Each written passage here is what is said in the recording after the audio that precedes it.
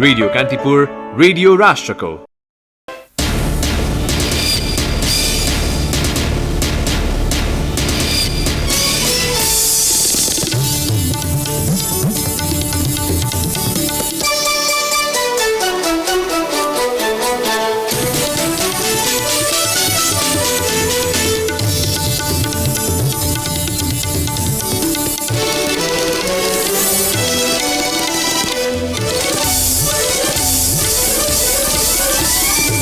Pacific र MCC फरक अनुदान सम्झौता भएको सरकारको स्पष्टोक्ति। नेपाल कुनै सैन्य गठबन्धनमा आबद्ध नहुने परराष्ट्र मन्त्री गेवालीको भनाई। सरकार छाडेको 24 घण्टापछि समाजवादी पार्टीले समर्थन पनि फिर्ता लियो। सरकारमा सहभागी भएर राजपाले आत्मघाती निर्णय नगर्ने अध्यक्ष यादवको विश्वास। अर्का अध्यक्ष भट्टराई भन्नुहुन्छ प्रधानमन्त्री सेरेमोनियल राष्ट्रपतिलाई कार्यकारी बनाउन खोज्दैछन्। काठमाडौँको विभिन्न स्थानबाट पक्राउ परेका 122 चिनिया नागरिकको अपराधबारे नेपाल प्रहरी अनभिज्ञ सञ्जाल बनाएरै साइबर अपराधमा संलग्न रहेको अनुमान। अफगानिस्तानमा शान्ति स्थापनाका लागि खटिएका 27 अभियन्ता तालिबान विद्रोही समूहको अपहरणमा। र बुटोल ब्लास्टर्स विरुद्ध सनसनीपूर्ण जित निकाल्दै Biratnagar titans. Pokhara premier league क्रिकेटको प्लेअफमा शहीद स्मारक ए डिभिजन लिगको पछिल्लो खेलमा मच्छिन्द्र र एनआरटी विजयी। नमस्कार, कान्तिपुर डायरीबाट साथी बासु अनि तेजेन्द्रको समाचार अब विस्तारमा। परराष्ट्र मन्त्री प्रदीप गेवालीले इन्डो पेसिफिक र मिलेनियम च्यालेन्ज कर्पोरेसन एमसीसी अनुदान सम्झौता फरक भएको बताउनु भएको छ। राष्ट्रिय सभाको राष्ट्रिय सरोकार तथा समन्वय समितिको आजको बैठकमा मन्त्री गेवालीले इन्डो पेसिफिक र एमसीसीलाई जोडेर हेर्नु आवश्यक नहुने बताउनु भएको हो। उहाँले एमसीसी छुट्टै भएको भन्दै नेपाल कुनै सैन्य गठबन्धनमा आबद्ध नहुने उल्लेख गर्नुभयो। मन्त्री गेवालीले आधिकारिक व्यक्तिले गरेको हस्ताक्षरलाई विश्वास नगरी बाहिरी हल्लाको पछि नलाग्न पनि आग्रह गर्नुभयो। सरकारले कार्यान्वयनको निर्णय गरिसकेको भन्दै अरूले के भन्छन् भन्नेमा अर्थ नरहने मन्त्री गेवालीको भनाइ थियो। उहाँले सैनिक गठबन्धनमा नजाने र अर्धसैनिक गठबन्धन गर्ने नेपालको नीति रहेको प्रस्ट्याउनुभयो। विद्युत क्रस बोर्डर प्रसारण लाइन बनाउनु पर्ने भएकाले त्यो सन्धिमा भारतको कुरा आएको भन्दै मन्त्री गेवालीले बंगलादेशसँग पनि कुरा भइरहेकोले अन्यथा नलिन आग्रह गर्नुभयो। 2074 भदौ 29 गते एमसीसी र नेपाल सरकार बीच मिलेनियम च्यालेन्ज कम्प्याक्ट सम्झौता भएको थियो। सम्झौता अनुसार अमेरिकाले 50 करोड डलर अर्थात् करिब 55 अर्ब रुपियाँ अनुदान दिने र नेपालले 14 अर्ब रुपियाँ विनियोजन गर्नुपर्ने व्यवस्था छ। सम्झौतामा विद्युत प्रसारण लाइन परियोजना अन्तर्गत 400 केबी क्षमताको 300 किलोमिटर लामो ट्रान्समिसन लाइन निर्माण गर्ने उल्लेख छ। यस्तै सडक मर्मत सम्भार परियोजनाले सरकारलाई 305 किलोमिटर सडक मर्मतमा सहयोग पुर्याउने उल्लेख छ। सो सम्झौता अनुमोदनका लागि संघीय संसदको अघिल्लो अधिवेशनमै पेश गरिए पनि अहिले विचाराधीन अवस्थामा रहेको छ। निजामती सेवाका सहसचिव र उपसचिवको पदपूर्तिका लागि हुने आन्तरिक परीक्षा प्रणाली हटाइने भएको छ। प्रतिनिधि सभाको राज्य व्यवस्था तथा सुशासन समितिले राजपत्राङ्कित प्रथम र द्वितीय श्रेणी सहसचिव र उपसचिवको पदपूर्तिको हालको व्यवस्था खारेज गर्ने विषयमा सहमति जुटाएको हो। संघीय निजामती सेवाको गठन, सञ्चालन र सेवाका शर्त सम्बन्धमा व्यवस्था गर्न बनेको विधेयकमाथि आज भएको छलफलमा निजामती सेवाका सहसचिव र उपसचिवको पदपूर्ति कार्य सम्पादन, मूल्याङ्कन र कार्यक्षमताका आधारमा बढुवा मार्फत गर्ने व्यवस्था राख्नेमा सहमति जुटेको छ। कार्यालय समयमा नै शाखा अधिकृत उपसचिवको परीक्षामा लाग्ने र उपसचिव सहसचिवको परीक्षा तयारीमा लाग्ने भएकाले सेवा प्रभावित भएको सांसदहरूको भनाइ थियो। सहसचिव र उपसचिव पदमा खुला प्रतियोगिताबाट 10%, अन्तर्सेवा प्रतिस्पर्धाद्वारा 10% र बढुवाद्वारा 80% पदपूर्तिको कानून व्यवस्था गर्न सांसदहरू बीच सहमति जुटेको छ। कार्य सम्पादन, मूल्याङ्कन र कार्यक्षमताको प्रक्रिया भने पारदर्शी र व्यवस्थित हुनुपर्ने सांसदहरूले जोड दिएका थिए। संघीय मामिला तथा सामान्य प्रशासन मन्त्री हृदय त्रिपाठीले विधेयकमा अन्तर्सेवा प्रतिस्पर्धा प्रतिशत बढाउनु पर्ने बताउनु भएको थियो। यस्तै राजपत्राङ्कित तृतीय श्रेणी शाखा अधिकृतमा 70% खुला, अन्तर्सेवा प्रतिस्पर्धाबाट 10% एवं ज्येष्ठता र कार्य सम्पादन मूल्याङ्कनबाट 20% पदपूर्तिको व्यवस्था विधेयकमा राख्न समितिमा सहमति जुटेको छ। राजपत्र अनङ्कित प्रथम श्रेणी नायब सुब्बामा 50% खुल्ला र 50% ज्येष्ठता र कार्य सम्पादन मूल्याङ्कन तथा कार्यक्षमताका आधारमा पदपूर्ति गर्ने व्यवस्था गरिने भएको छ। राजपत्र अनङ्कित द्वितीय श्रेणी खरिदारमा 80% खुल्ला र 20% आन्तरिक प्रतियोगिताबाट पदपूर्तिको व्यवस्था गरिने भएको छ। सरकारी कार्यालयका चालक र कार्यालय सहयोगीमा अब करार वा अस्थायी नियुक्ति नहुने भएको छ। राज्य व्यवस्था समितिले ती पदमा स्थायी पदपूर्ति गर्ने गरी विधेयकमा व्यवस्था गर्ने भएको छ। राजपत्र अनङ्कित 5औं श्रेणीको पदपूर्ति पूर्णतः खुल्ला प्रतिस्पर्धाबाट गर्ने व्यवस्था पनि हुने भएको छ। सत्ताबाट बाहिरिएको 24 घण्टापछि समाजवादी पार्टीले सरकारलाई दिएको समर्थन पनि फिर्ता लिएको छ। संविधान संशोधनसहित आन्दोलनका क्रममा उठाएका माग सम्बोधन गर्ने 2 बुँदे सहमतिसहित 19 महिना अघि सरकारमा सहभागी भएको समाजवादीले आज पत्रकार सम्मेलन गरी समर्थन फिर्ता लिएको जानकारी गराएको हो। सो पार्टीका तर्फबाट उपप्रधानमन्त्री सहित सरकारमा गएका अध्यक्ष उपेन्द्र यादव र नेता इस्तियाक राईले हिजो मन्त्री पदबाट राजीनामा दिनुभएको थियो। केन्द्रीय कार्यकारिणी समिति बैठकको निर्णय सार्वजनिक गर्न सिंहदरबारमा आज आयोजित पत्रकार सम्मेलनमा अध्यक्ष यादवले समाजवादी पार्टीले अब रचनात्मक प्रतिपक्षको भूमिका निर्वाह गर्ने बताउनुभयो। हामीले त संविधान संशोधन गर्ने शर्तमा सरकारमा सहभागी भएको, त्यो नै नहुने भइसकेपछि हामी सरकारमा सहभागी रहेका 2 जनाले राजीनामा गर्यौं र आज हामीले हाम्रो पार्टीले केन्द्रीय कार्यकारिणी समिति बसेर अब आजदेखि केपी शर्मा ओली नेतृत्वको सरकारलाई दिँदै आएको समर्थन पार्टीले फिर्ता लिएको छ र अब हाम्रो पार्टी समाजवादी पार्टी प्रतिपक्षको भूमिका निर्वाह गर्ने निर्णय गरेको यहाँहरूलाई जानकारी गराउन चाहन्छु। सरकारलाई दिएको समर्थन समाजवादी पार्टीले फिर्ता लिएपछि नेकपा नेतृत्वको वर्तमान सरकारलाई प्राप्त 2/3 बहुमत गुमेको छ। पत्रकार सम्मेलनमा अध्यक्ष यादवले नेकपाको 2/3 दम्ब समेत सकिएको बताउँदै कम्युनिस्ट बाहेकका पार्टीको समेत मुलुकमा अस्तित्व कायम रहेको प्रश्न भएको दावी गर्नुभयो। राष्ट्रिय जनता पार्टीलाई समेत सरकारमा सहभागी नहुन सुझाव दिँदै उहाँले राजपाले आत्मघाती कदम नचाल्ने विश्वास व्यक्त गर्नुभयो। राजपाले जानी आत्मघाती कदम उठाएर आफ्नो आत्महत्या त गर्दैनन् होला नि, त्यसमा मलाई विश्वास छैन त्यसो गर्नु होला भनेर। पटक सरकार छोडौँ, यो सरकार यस्तो भनेर उहाँले भनेको हो, सरकारले समर्थन फिर्ता लिएको हो, त्यो उहाँहरूकै भनेको नि। कुनै हालतमा हामी जाँदैन हुँदैछ भनेर राख्नु भएको छ। हिजो भनेको कुरालाई आज उल्टाएर त जानुहुन्न नि। आफूहरू सरकारबाट बाहिरिनु पर्ने राजपाको शर्त पालना गरेको बताउँदै अध्यक्ष यादवले राजपाको आगामी कदमले एकीकरण प्रक्रिया निर्धारण गर्ने उल्लेख गर्नुभयो। सोही पत्रकार सम्मेलनमा पार्टीका संघीय परिषद अध्यक्ष डाक्टर बाबुराम भट्टराईले प्रधानमन्त्री केपी शर्मा ओलीले सेरेमोनियल राष्ट्रपतिलाई कार्यकारी बनाउन खोजेको आरोप लगाउनुभयो। प्रधानमन्त्रीले आफैले राख्नै नहुने मन्त्रालयका दिन ल्याएर चाहिँ विभिन्न मन्त्रालय गर्ने अधिकार लिएर आफू राख्नु खोज्नु भएको छ। यो संवैधानिक राष्ट्रपति हो, उहाँलाई चाहिँ कार्यकारी बनाउन खोजिराख्नु भएको छ। उसले गर्दा यो शासकीय स्वरूप ठिक छैन भन्ने प्रमाणित उहाँले शासकीय स्वरूपलाई बदलेर प्रत्यक्ष निर्वाचित कार्यकारी र पुनः समानुपातिक भनिरहेका छौँ हामीले। त्यस अतिरिक्त नागरिकताको विषय छ, महिलाहरूको जुन खालको विभेद छ, यी सबै विषयलाई नै संशोधन गर्नुको निम्ति विज्ञान समितिले अझै परिमाणित दियोस् भन्ने हाम्रो भनाइ हो। त्यसमा हामी दृढतापूर्वकै छौँ। मुद्दाका आधारमा प्रतिपक्षी दलहरूसँग सहकार्य गर्ने डाक्टर भट्टराईको भनाइ थियो। यसैबीच राष्ट्रपति विद्यादेवी भण्डारीले समाजवादी पार्टीका अध्यक्ष यादव र नेता इस्तियाक राईले मन्त्री पदबाट दिनुभएको राजीनामा स्वीकृत गर्नुभएको छ। नेपाली कांग्रेसको केन्द्रीय कार्य समिति बैठक चौथो पटक सरेको छ। गत मङ्सिर 26 गतेबाट सुरु बैठकमा सभापति शेरबहादुर देउवाले प्रस्तुत गर्नुभएको 9वटा एजेन्डाका अधिकांश बुँदामा असहमति जनाउँदै संस्थापन इतर पक्षले बहिष्कार गरेपछि त्यसपछिका बैठक बस्न सकिरहेको छैन। कांग्रेस मुख्य सचिव कृष्णप्रसाद पौडेलद्वारा आज जारी विज्ञप्तिमा भोलि दिउँसो 1 बजेका लागि तय बैठक पर्सि शुक्रबार बिहान 11 बजेका लागि बोलाइएको उल्लेख छ। यसअघि मङ्सिर 30, पुस 2 र 4 गते पनि बैठक बोलाइएको थियो। सहमतिका लागि संस्थापन र इतर पक्षबीच छलफल निष्कर्षमा पुग्न नसकेपछि केन्द्रीय समिति बैठक बोलाउँदै स्थगित हुँदै आएको छ। भोलि बिहान 8:43 खण्डग्रास सूर्यग्रहण लाग्ने भएको छ। काठमाडौँमा बिहान 8:43, महेन्द्रनगरमा 8:38 र भद्रपुर झापामा बिहान 8:48बाट सूर्यग्रहण लागेको देखिनेछ।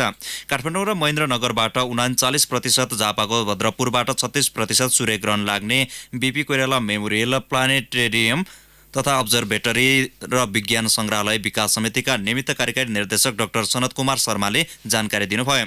संग्रहालयबाट टेलिस्कोपको सहायताद्वारा सूर्यग्रहणको अवलोकन तथा प्रत्यक्ष रूपमा सर्वसाधारणलाई गराइने व्यवस्था मिलाइएको पनि उहाँले बताउनुभयो। उहाँका अनुसार सूर्यग्रहणलाई खाली आँखा, बाइनाकुलर वा टेलिस्कोप प्रयोग गरेर अवलोकन गर्नु हुँदैन। यसो गरेमा आँखा बिग्रने सम्भावना हुन्छ। ज्योतिषी दीपक सुवेदीका अनुसार मेष, वृष तथा मिथुन राशिलाई हानिकारक छ। सिंह, कन्या, वृश्चिक, धनु, मकरलाई पनि नराम्रो छ। नक्षत्रका आधारमा कर्कट, तुला र मीन राशिलाई भने हानिकारक छैन। कान्तिपुर डायरीमा अब ब्रेकको पालो। अब बाँकी प्रसङ्ग। काठमाडौँका विभिन्न स्थानबाट पक्राउ परेका चिनिया नागरिकहरूको अपराधबारे नेपाल प्रहरीले अनभिज्ञता प्रकट गरेको छ। दक्षिण अमेरिकी मुलुक चिलीमा गत असोज 28 गते भएको प्रहरीको अन्तर्राष्ट्रिय संगठन इन्टरपोलको 88औं बैठकमा चिनिया र नेपाली सुरक्षा अधिकारी बीच भएको खबर आदान प्रदानका आधारमा गैरकानूनी कार्यमा संलग्न रहेको भन्दै 122 जना चिनिया नागरिक काठमाडौँ उपत्यकाका विभिन्न स्थानबाट पक्राउ परेका थिए। तर पक्राउको तेस्रो दिनसम्म पनि प्रहरीले उनीहरू कुन कुन अपराधमा संलग्न थिए भन्ने स्पष्ट पार्न सकेको छैन। सोधपुछका क्रममा नेपाल प्रहरीलाई चिनियाले दुर्व्यवहार गरेपछि जिल्ला प्रशासन कार्यालयमा अभद्र व्यवहार कसुरमा मुद्दा चलाइएको प्रहरीको भनाइ छ। काठमाडौँमा आज पत्रकार सम्मेलन गरी प्रहरीले उनीहरूको साथबाट बरामद गरेका सामग्री भने सार्वजनिक गरेको छ। नेपाली र चिनिया सुरक्षाकर्मीको टोलीले ती चिनिया नागरिकलाई पक्राउ गरेको हो भन्ने सञ्चारकर्मीको प्रश्नमा प्रहरीको स्पष्ट जवाफ छैन। प्रहरीको केन्द्रीय अनुसन्धान ब्युरो CIB का प्रमुख DIG नीरज बहादुर साईको प्रष्टीकरण यस्तो छ। एकल महिलाहरू अथवा कुनै जुन टार्गेटलाई उनीहरूले यहाँबाट त्यो समूहले चाहिँ टार्गेट गर्ने, त्यसपछि एउटा सम्बन्ध विकास गर्ने र विकास गरिसकेपछि त्यसको त्यो सम्बन्ध विकास गरेको विश्वासमा चाहिँ पैसा लगानी गर्न लाउने, त्यो लगानी गरेको पैसा चाहिँ पछि चाहिँ फ्रडमा उनीहरूले चाहिँ स्क्याममा पैसा खाइदिने खालको प्याटर्न चाहिँ देखिएर त्यस कारणले गर्दाखेरि यो तपाईँले भने जस्तो यो ट्रान्सपोर्टर अर्गनाइज क्राइमको एउटा प्याटर्नमा तर टार्गेट चाहिँ बढी अहिलेसम्म हामीलाई जानकारी अनुसार चाहिँ चाइनिज मुलकै मान्छेहरूलाई गरिदिन्छ र यहाँ हेर्दा पनि अब अनुसन्धान क्रमै छ। तर बोल्ने भन्दा लेख्ने चिजहरू चाहिँ यिनीहरूले बढी प्रयोग गरे हुनाले त्यो चाइनिज मान्छेले चाइनिज लेख्दाखेरि सायद त्यो भनेको जस्तो मिल्छ कि जस्तो लाग्न आउँछ। तर अब अहिले हामीले थप छानबिन र अनुसन्धान भइरहेको छ। पासपोर्ट सबैको फेला पारेको छैन, हामी खोज्दैछौँ कतिको। अब हाम्रो आएको पासपोर्टमा त हेर्दाखेरि यिनीहरू पहिलोचोटि आएको देखिन्छ, अधिकांश 2 जना चाहिँ दोहोऱ्याएर आएको देखिन्छ। अर्गनाइज रूपमा ल्याएर यिनीहरूलाई चाहिँ त्यो फ्रडहरूमा इन्भल्भ गरेर त्यस्तो गतिविधिमा चाहिँ अनैतिक गतिविधिमा चाहिँ प्रयोग गरिरहेको छ। र अधिकांश यिनीहरू टुरिस्ट भिजामा आएको हुनाले टुरिस्ट भिजामा आएको मानिसहरू त्यसरी बस्दाखेरि चाहिँ व्यवस्थित रूपमै कसैले चाहिँ यिनीहरूलाई प्रयोग गरेकी भन्ने देखिन्छ। पक्राउ परेका चिनिया नागरिक सञ्जाल बनाएर साइबर अपराधमा संलग्न रहेको अनुमान प्रहरीको छ। अनुसन्धानमा संलग्न महानगरीय प्रहरी परिसर काठमाडौँका प्रमुख SSP उत्तमराज सुवेदीले नेपालमा पक्राउ परेका सबै भरिया मात्रै भएको र यसका मुख्य नायके विदेशमा रहेको देखिएको दावी गर्नुभयो। प्रारम्भिक रूपमा हेर्दाखेरि चाहिँ के देखिन्छ भने यही हामीले समातेको पनि आपसी कनेक्सन देखिँदैन, यी फरक। तर यति भन्दै गर्दा के भने जसरी म्यान पावर कम्पनी मार्फत नेपालीहरू चाहिँ विदेशमा जाने भने जस्तो यो चाहिँ लिगल बाटो भयो भने उनीहरू इलिगल्ली चाहिँ कुनै सम्पर्क सूत्र कुनै मार्फत मान्छे कलेक्सन गरेर त्यसमा अब यसका रिक्वायरमेन्ट टेक्निकल्ली कति साउन्ड हुनु पर्यो, के हुनु पर्यो, अब मान्छे कस्तो रूपको हुनु पर्यो, कुन एज ग्रुपको हुनु पर्यो, त्यसमा उनीहरूले सिलेक्सन गरेर फेरि आपराधिक प्रवृत्तिको पनि हुनु पर्यो, सिलेक्सन गरेर कोही मान्छे मार्फत चाहिँ आएको देखिन्छ र यिनीहरूलाई सञ्चालन गर्ने चाइनामै बसेर पनि हुनसक्छ अथवा अरू कुनै देशमा बसेर पनि यिनीहरूले गरेको जस्तो देखिन्छ प्रारम्भिक रूपमा। पत्रकार सम्मेलनमा नेपाल प्रहरीले चिनिया नागरिकका साथबाट बरामद 747 थान मोबाइल, 331 थान ल्यापटप, 98 थान CPU, 79 थान मोनिटर, 22 थान पेन ड्राइभ, 327 थान सिम कार्ड र 67 वटा पासवर्ड सार्वजनिक गरेको थियो। नेपाली युवतीलाई भारतमा लगेर बलि दिन खोजेको आशंकामा प्रहरीले काठमाडौँ र मोरङबाट 2 महिलासहित 7 जनालाई पक्राउ गरेको छ। पक्राउ पर्नेमा उमेश कुमार माझी, दिलीप पोद्दार, दिलकुमारी बुढा मगर, कृष्ण तामाङ, रञ्जित चौधरी र उमेश शाह छन्। अर्की 1 जना महिलाको परिचय भने प्रहरीले गोप्य राखेको छ। महानगरीय प्रहरी परिसर काठमाडौँका DSP होविन्द्र बोगटीका अनुसार विराटनगरबाट 5 र काठमाडौँबाट 2 जना पक्राउ परेका हुन्। उहाँका अनुसार पीडित युवती मोडलिङ गर्छिन्। उनले शंका लागेपछि प्रहरीमा खबर गरेकी थिइन्। प्रहरीले विस्तृत अनुसन्धान भइरहेको बताएको छ। काठमाडौँको भ्रिकुटी मण्डपमा भएको 2 दिने भौचर मेलामा सहभागी हुन पुगेका अधिकांशको अनुहारमा खुसीको उमङ्ग छचल्किन्थ्यो। वर्षेनी लाखौंको संख्यामा जनशक्ति उत्पादन भए पनि उचित व्यवस्थापनको अभावमा बेरोजगारहरूको संख्या बढिरहेका समय स्वावलम्बी बनाउने एउटा टिकट उनीहरूको हातमा थियो। विभिन्न 34 वटा पेशागत विषयमा 58 वटा संस्थाले उनीहरूलाई 3 महिनासम्म तालिम दिनेछन्। अनलाइन मार्फत विवरण भरेका 20,000 भन्दा बढी मध्ये 10,941 जना पहिलो छनौटमा परेका थिए। तर यो वर्ष 7,500ले मात्र तालिम पाउने सरकारको भनाइ छ। एक सामग्री ब्युटिसियनको लागि किनकि त्यसमा इन्ट्रेस्ट धेरै छ नि आफ्नो, त्यही भएर जब गर्दै जाने राम्रो भएपछि आफ्नै पसल खोल्ने। तपाईलाई अरूले चाहिँ आकर्षण गरेको छैन? गरेको हल्का फुल्का त छ, त्यही पनि अहिले म यसैमै गर्छु भन्ने नै छ। टेलरिङतिर यताउता त्यस्तो छैन अरूमा। काठमाडौँको मैती देवीकी इन्दिरा पाण्डे जस्तै मेलामा सहभागी अधिकांशको नजर ब्युटी पार्लर तथा टेलरिङ रहेको स्टलमा अड्किएको थियो। शारीरिक परिश्रम धेरै गर्नु नपर्ने र उद्यमी बन्न पनि सजिलो हुने भएकाले पाण्डेसँगै ती स्टलको लाइनमा बस्ने धेरै भेटिन्थे। तर मेलामा सहभागी भक्तपुर चाँगुर नारायण नगरपालिकाकी शर्मिला बयलकोटीको उद्देश्य भने फरक थियो। म चाहिँ यहाँ थान्काको तालिम लिन आएको छु। धेरै अलि चलिरहेको छ नि त, अनि यो चाहिँ अलिकति एक्स्ट्रा तालिम हो कि भनेर यो विषयमा अलिकति इन्ट्रेस्ट पनि जाग्यो। अन्तर्राष्ट्रिय बजारमा पनि हामीले गर्न सक्दाखेरिमा बजार पनि पाइने भएको भएर चाहिँ अब ब्युटी पार्लरमा किन नआउनु भएको रे तपाईँ? सबै पार्लरै मात्रै खोलेर सबै मेकअप मात्रै गरेर बसेर त भएन, हामीलाई त एक्स्ट्रा चाहियो नि त, यसकारण। विभिन्न 34 विषय तालिमका लागि सरकारले छनौट गरेको छ। Electrician, mason, plumber, hardware, cook जस्ता मनज्ञ आमदामी हुने क्षेत्रमा पनि सरकारले युवालाई दक्ष बनाउने लक्ष्य लिएको छ। तर सरकारले ती क्षेत्रको महत्त्वबारे प्रस्ट्याउन सकेन कि युवाहरूको ध्यान मोडिन पाएन। सम्बन्धित स्टलहरू भने खाली प्राय देखिन्थे। हेटौडा स्थित एक तालिम प्रदायक संस्थाका प्रतिनिधि भीम भुजेल आफ्नो स्टलमा सहभागीहरू कम हुनुमा सरकार दोषी रहेको बताउँछन्। कन्स्ट्रक्सन वर्करहरू, इन्डस्ट्रियल इलेक्ट्रिसियन लगायत विभिन्न जुन अन्य अलिकति गाह्रो किसिमको तालिमहरूमा चाहिँ प्रशिक्षार्थीहरूको चाप कम देखिएको छ। विशेष गरेर ब्युटी पार्लर र सिलाइ कटाइमा कोटाभन्दा बढी सहभागी आएको छ। त्यसमा पनि महिलाहरूको आकर्षण एकदमै बढी भएको छ। यो इभेन्ट परियोजनाले पनि यस्तो किसिमको तालिममा आकर्षण गर्ने किसिमको एउटा मोटिभेसन फ्याक्टर कम गरेको हो कि भन्ने चाहिँ लाग्छ। पेसाबारे साथीभाइ वा आफन्तले दिएको सतही सल्लाहका आधारमा स्टल पुगेका उनीहरूलाई 58वटै संस्थाका प्रतिनिधिहरूले बुझाउने हर सम्भव प्रयास गरेको भेटियो। हरेक विषयको महत्त्व र त्यसपछिको अवसरबारे समेत प्रतिनिधिहरू बोलिरहँदा टाउको हल्लाइरहेका अधिकांश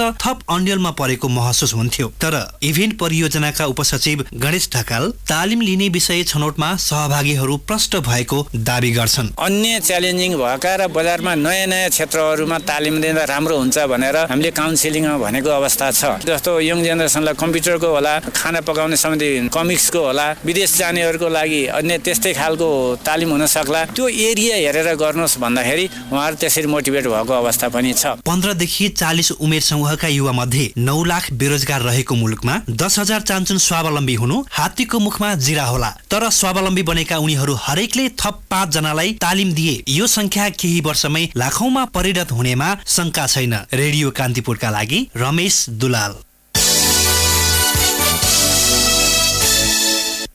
अख्तियार दुरुपयोग अनुसन्धान आयोगले 8,500 रुपियाँ घुस लिएको अभियोगमा पशु सेवा विभाग ललितपुरका लेखा अधिकृत रमेश कार्कीलाई पक्राउ गरेको छ। कार्यालयको सूचनालाई पत्रिकामा विज्ञापन प्रकाशित गरे बापतको भुक्तानी दिने क्रममा सेवाग्राहीसँग घुस लिएकाले कार्कीलाई नियन्त्रणमा लिएको अख्तियारका प्रवक्ता प्रदीप कुमार कोइरालाले जानकारी दिनुभयो। यस्तै सर्लाहीको मलङ्गवा स्थित घरेलु तथा साना उद्योग कार्यालयमा कार्यरत कम्प्युटर अपरेटर नवीन कुमार सिंह 70,000 रुपियाँ घुस रकमसहित पक्राउ परेका छन्। सेवाग्राहीबाट 70,000 रुपियाँ घुस लिइसकेको अवस्थामा सिंहलाई अख्तियारको बर्दिवास कार्यालयबाट खटिएको टोलीले पक्राउ गरेको हो। यसैबीच डडेलधुराको परशुराम नगरपालिकामा कार्यरत इन्जिनियर नरेन्द्र बहादुर भाट सहित 5 जना विरुद्ध विशेष अदालतमा भ्रष्टाचारको मुद्दा दायर भएको छ। कृषि सडक निर्माणमा फर्जी बिल बनाई बढी रकम निकासा गरेको आरोपमा अख्तियार दुरुपयोग अनुसन्धान आयोगले भाट सहित असिस्टेन्ट सब इन्जिनियर नरबहादुर बोहरा र उपभोक्ता समितिका 3 जना विरुद्ध आज आरोपपत्र दायर गरेको हो। इन्जिनियर भाट र असिस्टेन्ट सब इन्जिनियर बोहरा विरुद्ध आयोगले जनही 1,73,190 र उपभोक्ता समितिका अध्यक्ष मीनबहादुर बोहरा, कोषाध्यक्ष मथुरी देवी बोहरा र सचिव तेजबहादुर बोहरा विरुद्ध 1,73,190 रुपियाँ बिगो माग दावी गरेको छ। अब केही समाचार संक्षेपमा। चर्चित गायक रामकृष्ण ढकाल र उनकी श्रीमती निलम शाहको सम्बन्ध विच्छेद भएको छ। रामकृष्ण र निलमले आज जिल्ला अदालत काठमाडौँमा गएर सम्बन्ध विच्छेद गरेका हुन्। निलमले सम्बन्ध विच्छेद गरी पाऊँ भने हिजो अदालतमा निवेदन दिएकी थिइन्। लमजुङको सुन्दर बजार नगरपालिका 6 नमुना टोलमा घरको जग खन्ने क्रममा माटोको डिस्कोले पुरिएर चितवन लोथरका 25 वर्षीय सङ्गम चेपाङको मृत्यु भएको छ। गम्भीर घाइते चेपाङको सुन्दर बजार स्थित कर्मदा अस्पतालमा उपचारका क्रममा मृत्यु भएको जिल्ला प्रहरी कार्यालयका डीएसपी रविन्द्र मान गुरुङले बताउनु भयो। 5 जनाको उद्धार गरिएको छ। प्रधानमन्त्री केपी शर्मा ओलीले मुलुकको समृद्धिका लागि सबल शैक्षिक जनशक्ति तयार गर्न आग्रह गर्नुभएको छ। प्रधानमन्त्री निवास बालुवाटारमा काठमाडौँ विश्वविद्यालय र ब्रिजेन फाउन्डेसन बेल्जियम बीच भएको विश्वविद्यालय विकास सहायता परियोजना सम्झौता कार्यक्रममा प्रधानमन्त्री ओलीले समृद्ध नेपाल सुखी नेपालीको राष्ट्रिय आकांक्षा पूरा गर्न शैक्षिक संस्थाहरूले सक्षम र योग्य जनशक्ति उत्पादन गर्नेमा आफू आशावादी रहेको बताउनुभयो। क्रिश्चियन धर्मका प्रवर्तक येशू ख्रिस्टको जन्मोत्सव क्रिसमस विश्वभरका इसाई धर्मावलम्बीले विशेष उत्साहका साथ आज मनाउँदैछन्। नेपालमा समेत इसाई धर्मावलम्बीले शुभकामना आदान प्रदान गरी पर्व मनाएका छन्। नेपालमा झण्डै 38 लाख इसाई धर्मावलम्बी रहेको सरकारी तथ्याङ्क छ। र नेपाल जेसिसको 46औं राष्ट्रिय महाधिवेशन चितवनको रत्नगरमा आज सुरु भएको छ। महाधिवेशनको उद्घाटन गर्दै सत्तारूढ नेकपा अध्यक्ष पुष्पकमल दाहालले अन्तर्राष्ट्रिय शक्ति केन्द्रहरूको नजर नेपालमा परेको हुँदा युवाहरू चनाखो भएर देशको हितमा खटिनुपर्ने बेला आएको उल्लेख गर्नुभयो। कान्तिपुर डायरीमा अब धनकुटा डायरीको पालो। धनकुटा डायरीमा रमेश चन्द्र अधिकारीको नमस्कार। धनकुटा उद्योग वाणिज्य संघमा नवीकरण तथा संस्था दर्ता विवादका कारण 2 सातादेखि लागेको ताला अझै खुल्न सकेको छैन। साधारण सभा जारी भइरहेको अवस्थामा तालाबन्दी भएको वाणिज्य संघका अध्यक्ष उमेश घिमिरेले बताउनुभयो। अहिलेकै अवस्थामा साधारण सभा गरी नयाँ नेतृत्व गरिनुपर्ने माग राख्दै पुनः अर्को पक्षले समेत तालाबन्दी गरेपछि वाणिज्य संघको नयाँ नेतृत्व चयन कार्य अन्योलमा परेको छ। वार्ताका माध्यमले तालाबन्दी खुलाइने प्रयास भइरहेको प्रमुख जिल्ला अधिकारी कृष्ण बहादुर घिमिरेले जानकारी दिनुभयो। प्रहरीले धनकुटाका विभिन्न स्थानमा लाखौं बोट गाँजा नष्ट गरेको छ। विगत 5 महिनाको अवधिमा 15,81,000 बढी गाँजाको बोट नष्ट गरिएको प्रहरीले जनाएको छ। जिल्लामा व्यावसायिक गाँजा खेती मौलाउँदै गएको बेला प्रहरीले विशेष अभियान सञ्चालन गरेर नष्ट गर्न थालेको हो। जिल्लाका 7 पालिका मध्ये 6 वटामा व्यावसायिक रूपमा गाँजा खेती हुने गरेको जिल्ला प्रहरी प्रमुख एसपी सुदर्शन प्रसाद कोइरालाले जानकारी दिनुभयो। पर्यटकीय स्थल भेटारमा अंग्रेजी नयाँ वर्षको अवसरमा आगामी सातादेखि सुरु गरिने परिकार महोत्सवको तयारी पूरा भएको आयोजकले जनाएको छ। परम्परागत जातीय परिकारको प्रवर्धनका लागि महोत्सव गरिन लागिएको जनाइएको छ। होटल एसोसिएसन भेटारको आयोजनामा गरिने महोत्सव आउँदो पुस 15 देखि 17 गतेसम्म सञ्चालन हुनेछ। महोत्सवमा प्याराग्लाइडिङ र माउन्टेन बाइक घोडचढी विशेष आकर्षण रहने जनाइएको छ। महोत्सवमा 1 करोड रुपियाँ बराबरको आर्थिक कारोबार गर्ने योजना रहेको होटल एसोसिएसन भेटारका अध्यक्ष जितेन्द्र रुमदारीले बताउनुभयो। धनकुटामा आगामी शनिबारदेखि शहीद रिदामा हाङ रामाली हाङ 8 परिया प्रथम महिला गोल्ड कप नकआउट फुटबल प्रतियोगिता सञ्चालन हुने भएको छ। किरात 8 परिया समाजको आयोजनामा गर्न लागि प्रतियोगिताबारे जानकारी दिन आयोजित पत्रकार भेलामा उक्त जानकारी दिएको हो। 3 विभागीय सहित ए डिभिजनका खेलाडी समावेश हुने उक्त प्रतियोगितामा 8 समूहको सहभागिता रहने गोल्ड कप आयोजक समितिका संयोजक सन्देश 8 परियाले बताउनुभयो। हवस् त धनकुटा डायरी आजलाई यति नै। रमेश चन्द्र अधिकारी बिदा चाहन्छु। नमस्कार। धनकुटा डायरीपछि कान्तिपुर डायरीमा पुनः ब्रेकको पालो। घर मोटर कल कारखाना र अन्य सम्पूर्ण निर्जीवन बीमा सेवा सुविधाको लागि सानिमा जेनरल इन्स्योरेन्स निरन्तर सेवा निर्धक्क साथ। अब आर्थिक प्रसङ्ग। धितोपत्र बजारमा आज सामान्य अङ्कले सुधार देखिएको छ। बजार परिसूचक नेप्से आज 1.82 अङ्कले बढेर 1168.3 बिन्दुमा पुगेको छ। नेप्सेमा सुधार देखिए पनि कारोबार रकम भने घटेको छ। कारोबार रकम अघिल्लो दिनको तुलनामा 19 करोड रुपियाँले गिरावट आएको छ। नेप्सेमा हिजो 72 करोड रुपियाँ बढीको कारोबार भएको थियो। कारोबार भएका व्यापार, जलविद्युत, वित्त र लघुवित्त कम्पनी समूह बाहेक बाँकी सबै कम्पनी समूहको उपसूचक उकालो लागेको छ। नेप्सेमा आज कुल 175 कम्पनीका 6164 कारोबारबाट 16,81,838 किता सेयर किनबेच भए, जस अन्तर्गत 53 करोड 83 लाख रुपियाँ बराबरको कारोबार भएको नेपाल स्टक एक्सचेन्जले जनाएको छ।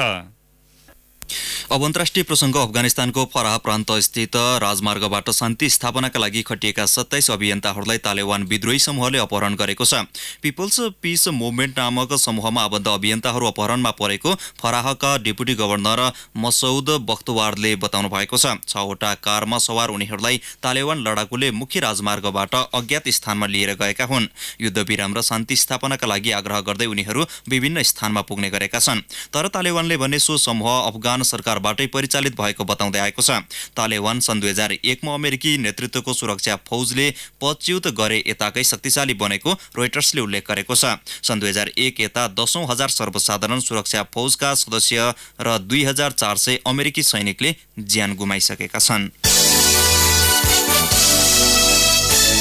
अब खेल प्रसङ्ग Biratnagar titans Pokhara premier league cricket PPL को प्लेअफमा प्रवेश गरेको छ। यसअघि अघिल्लो चरण प्रवेश गर्ने 3वटा टिमको टुङ्गो लागेको छ। 5 खेलमा जित निकाल्दै शीर्ष स्थानमा रहेको चितवन राइनोजले सिधै फाइनलमा स्थान बनाउँदा 6 अङ्कमा दोस्रो स्थानमा रहँदै बुटवल ब्लास्टर्स र 4 अङ्कमा तेस्रो स्थानमा रहँदै विराटनगरले अघिल्लो चरणमा स्थान सुरक्षित गरेका हुन्। विराटनगरसँग समान अङ्क भए पनि रनरेटमा पछि पर्दै काठमाडौँ गोल्डेन र एक्सपर्ट धनगढी समूह चरणमै रोकिए। डिफेन्डिङ च्याम्पियन पोखरा पल्टनले भने यो संस्करणमा 1 खेलमा मात्र जित निकाल्न सक्यो। पोखरा रङ्गशालामा आज भएको समूह चरणको अन्तिम खेलमा विराटनगरले बुटवल विरुद्ध 4 विकेटको सनसनीपूर्ण जित निकाल्यो। बुटवलले दिएको 134 रनको लक्ष्य विराटनगरले 6 विकेट गुमाएर 11 ओभर 4 बलमा भेटायो। फराकिलो जितपछि -0.17 भएको रन रेट विराटनगरको 0.47 पुगेको थियो।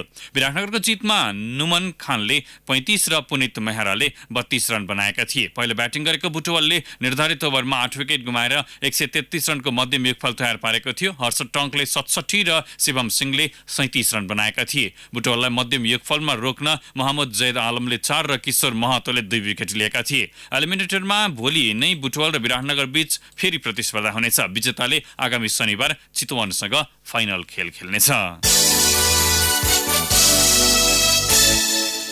कतार एयरवेज शहीद स्मारक ए डिभिजन लिग फुटबलको पछिल्लो खेलमा मचिन्द्रा क्लब र न्युरो टिम एनआरटी विजयी भएका छन्। काठमाडौँको त्रिपुरेश्वर स्थित दशरथ रङ्गशालामा आज भएको पहिलो खेलमा फ्रेन्ड्स क्लबलाई 3-0 ले पराजित गर्दै मचिन्द्रले जारी लिगमा दोस्रो जित हात पारेको हो। उसको जितमा रेजिन सुब्बा तथा विदेशी खेलाडीद्वय पिटर सेगुन र एडलाजा सोमिडेले गोल गरेका हुन्। आजको जितसँगै मचिन्द्रको 6 अङ्क भएको छ। फ्रेन्ड्सले भने खाता खोल्न सकेको छैन। दोस्रो खेलमा च्यासल युथ क्लबलाई एनआरटीले 2-1 ले स्तब्ध पार्यो। च्यासलका क्याप्टेन सन्तोष साउखाला लिगमा 100 गोलको कीर्तिमान बनाउन असफल भए। एनआरटीको जितमा दर्शन गुरुङ र जुनियर निकुन गुएले गोल गरे। च्यासलका लागि अमिर श्रेष्ठले सान्तवना गोल फर्काएका थिए। सशस्त्र प्रहरीको एपीएफ क्लबले 7औं संस्करणको प्रधान सेनापति अन्तर्राष्ट्रिय महिला फुटबल प्रतियोगिताको उपाधि जितेको छ। काठमाडौँको भद्रकाली स्थित जङ्गी अड्डाको मैदानमा आज भएको फाइनलमा त्रिभुवन आर्मी क्लबलाई 2-0 ले पराजित गर्दै सशस्त्रले उपाधि चुमेको हो। यो जितसँगै सशस्त्र 5औं पटक च्याम्पियन बनेको छ। एपीएफलाई जित दिलाउन सरू लिम्बू र रेखा पौडेलले गोल गरेका थिए। उपाधिसहित एपीएफले 3 लाख रुपियाँ प्राप्त गर्यो भने उपविजेता बनेको आर्मीले 1,50,000 मा बुझाएको छ। प्रतियोगितामा आर्मीकी दिपा राईले सर्वोत्कृष्ट खेलाडी घोषित हुँदै स्कुटर प्राप्त गरिन्। विधागत पुरस्कारमा पनि एपीएफको वर्चस्व रह्यो। सावित्रा भण्डारी उत्कृष्ट फरवार्ड, अञ्जनी तुम्बाफो सुब्बा उत्कृष्ट गोलकिपर र जनक सिंह उत्कृष्ट प्रशिक्षक घोषित भए। आर्मीकी पुजाराना उत्कृष्ट रक्षक र आर्मीकी बिमला बिके उदयमान खेलाडी घोषित हुँदा भुटान राष्ट्रिय टोलीकी पेमा छोडेन छिरिङ उत्कृष्ट मिडफिल्ड चुनिन्। हवस् त यसै साथै कान्तिपुर डायरीका आजका सम्पूर्ण बुलेटिनहरू यहीँ सकिन्छन्। नियमित बुलेटिन भोलि बिहान 6:30 बजेबाट हुनेछ। तबसम्मलाई साथी बासु अनि म तेजेन्द्र बिदा हुन्छौँ। नमस्कार, शुभरात्रि। सूचना र मनोरञ्जनको संवाहक रेडियो राष्ट्रको रेडियो कान्तिपुर।